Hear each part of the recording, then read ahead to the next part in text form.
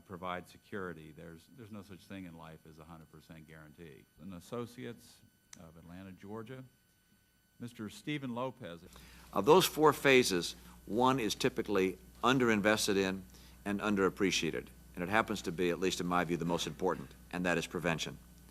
We spend a lot of time thinking about barriers, magnetometers, detection equipment. We spend a lot of time thinking about how we can quickly move in, have great communications between the first responders in the event of an incident. We likewise effectively consider consequence management and where vaccines might be needed in the case of a biological attack and the like.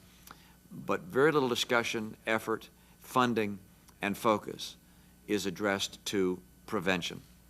And if I were assessing the safety of a national special security event like an Olympic Games or like a national convention, it would be that area, the intelligence area and the prevention area, that I would want to devote most of my attention.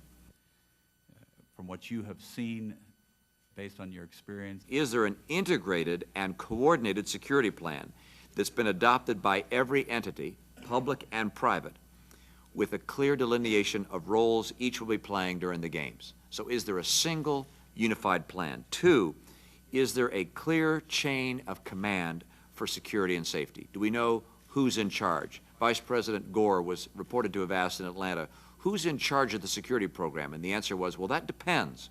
That's the wrong answer. Are procedures going ahead that ought to give athletes and spectators some confidence? Having an agency in charge with a person responsible made an enormous difference for us. And if I were to attribute our success in having an effective security program at the Games to any one thing, it would be that centralized command and centralized responsibility, where everyone knew who was in charge of putting the plan together and got buy-in among the various agencies that were involved. It's in history. Gentlemen, we thank you all for your time. And I also have a message to the athletes who are in the midst of their trainings for Athens.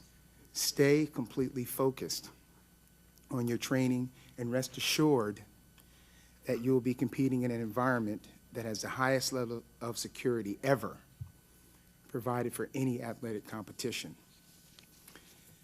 And to help raise comfort for all of these athletes, let's consider the following issues. Well over $1.2 billion will be spent on security in Athens, which is nearly 4 times the amount that was spent in Sydney just 4 years ago.